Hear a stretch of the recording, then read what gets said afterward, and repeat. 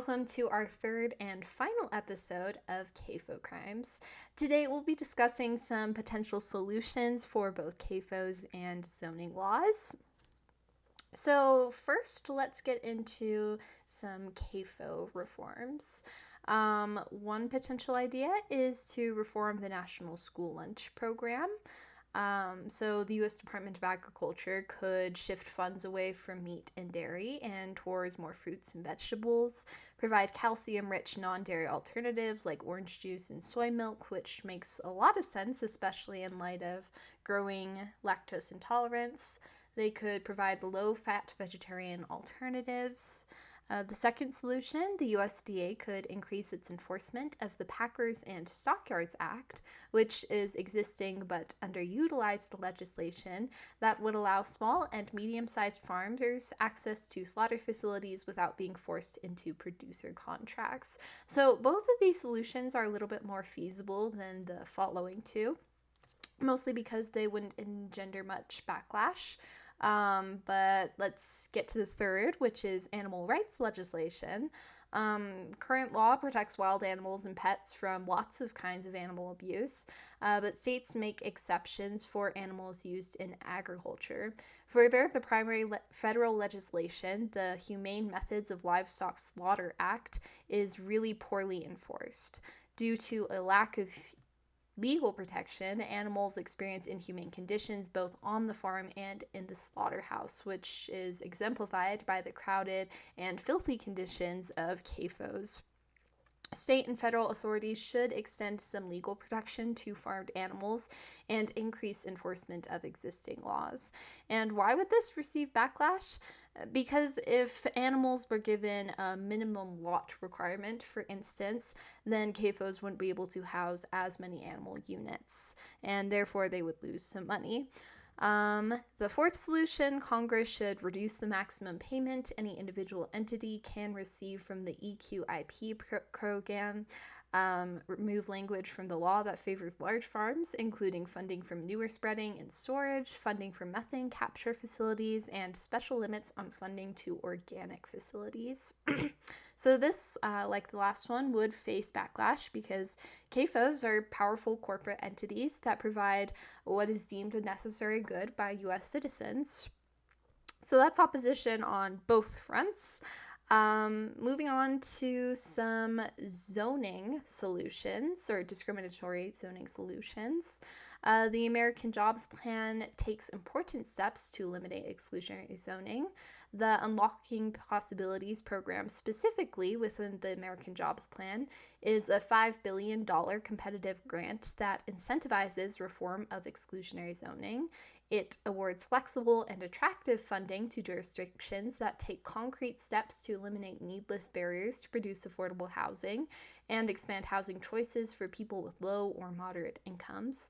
It supports bottom-up community engagement, which, as we'll see later, is a major part of exclusionary zoning reform, and that helps communities identify the most powerful levers to produce more affordable housing and incentivizes new land use and zoning policies to remove said barriers.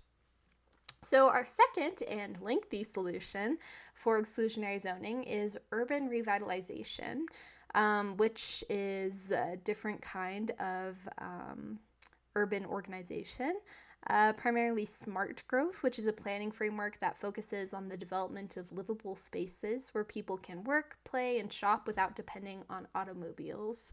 It is basically creating college campuses for every community. So placing everything that is needed for a happy and healthy existence close together. It includes conservation of open and green space, mixed land use, diversity in housing options, denser development, and the construction of compact neighborhoods that are walkable, livable, and sustainable. And that access or conservation of green space is a huge discussion in environmental justice, so that's a major win, and therefore smart growth hits a lot of birds with one stone. So some action steps included for urban revitalization or smart growth include public health, urban planning, and environmental law working together. Communities that are overburdened by unhealthy land uses having the opportunity to create healthy community zones that place limits on the number of noxious land uses and pathogenic health restricting facilities. Region-wide focused organizations like Metropolitan Transportation Organizations or Association of Governments, focusing on better regional governance and coordination of social services, development, infrastructure, transportation, housing, and protection of open space. Establishing a regional tax sharing system. Passing land-based legislation to stabilize neighborhoods. Developing environmental preservation districts, which are communities that have more control of land use, zoning, and planning initiatives. Again, that bottom up approach to reform. Green planning and zoning implemented in underserved urban neighborhoods. The greening process should and could go beyond buildings and include open space, public transit, and support of urban agriculture and farmers markets and green jobs. Smart growth and new urbanism for everyone, not just advantaged populations. And the expansion of conditional use permits is the foundation for local healthy zoning initiatives. So, just to reiterate, it's a combination of solutions from both CAFO and zoning categories that would help curb the issue this podcast has addressed. So, getting rid of CAFOs does not mean that minority communities aren't located close to noxious sites. Likewise, zoning reforms don't mean that the ethical and environmental harms of CAFOs aren't still present. And so, what can an individual do? If effective change likely comes at the governmental level for both of these issues, especially when meat production has no reason to halt or reduce in our current framework, and zoning is legally not exclusionary.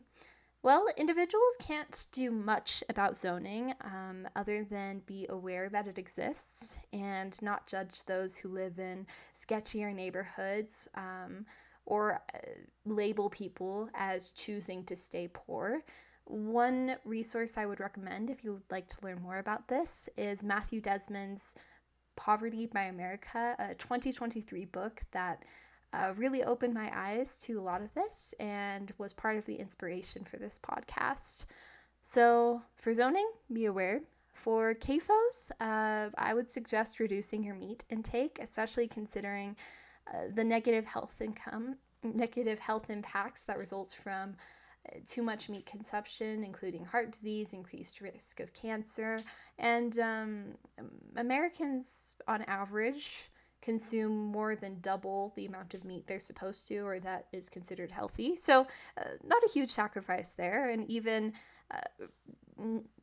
eating one less burger saves 10 bathtubs worth of water. So